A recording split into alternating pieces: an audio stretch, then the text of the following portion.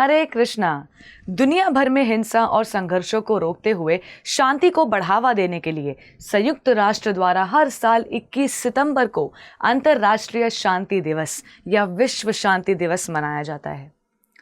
जैसा कि हम सभी देख रहे हैं, आजकल हर उम्र का व्यक्ति तनाव में है। एंजाइटी, डिप्रेशन, टेंशन जैसे आम बात हो गई है। जितनी अशांति मनुष्य के भीतर है, उतनी ही बाहर भी।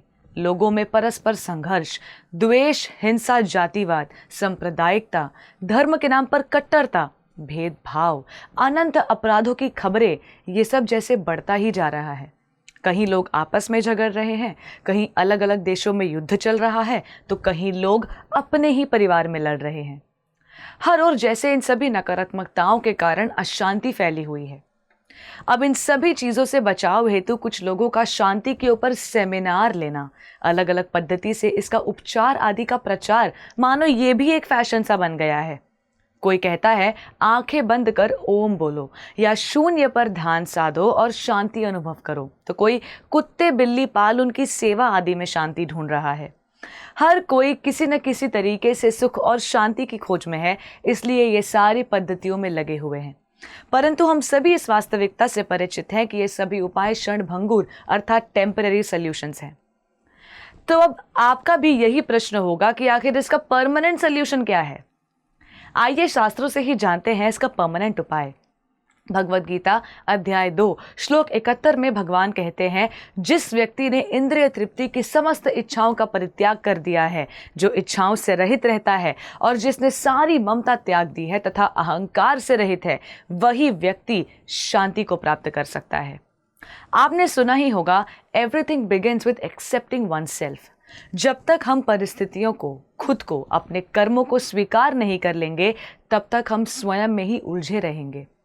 कुछ अच्छा तब शुरू होता है जब हम वर्तमान के परिस्थितियों को स्वीकार कर सकारात्मक सोच के साथ आगे बढ़ते हैं।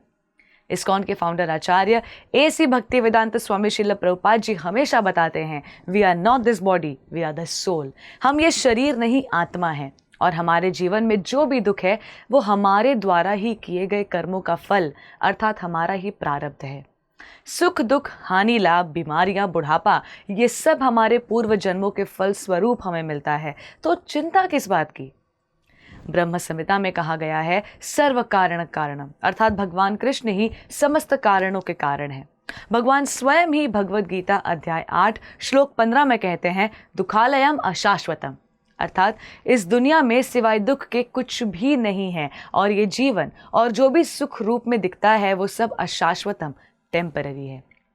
यदि हम भगवान की इन सभी वचनों को स्वीकार कर ले और अपने झूठे अहंकार का त्याग कर दे और भगवान पे पूर्ण रूप से समर्पित हो जाएं, तो शांति और सुख हमसे दूर नहीं है। और यदि सबसे सरलतम उपाय जानना है तो प्रभुपाद जी ने बहुत पहले ही बता दिया है, chant Hare Krishna and be happy. धन्यवाद। हरे कृष्णा। ऐसे ही और भक्तिमय कार्यक्रमों के लिए देखिए हरे कृष्णा टेलीविजन, और इसे प्राप्त करने के लिए आप अपने केबल अथवा DTH ऑपरेटर से संपर्क करें तथा और अधिक जानकारी के लिए आज ही डायल करें 7666 839 839।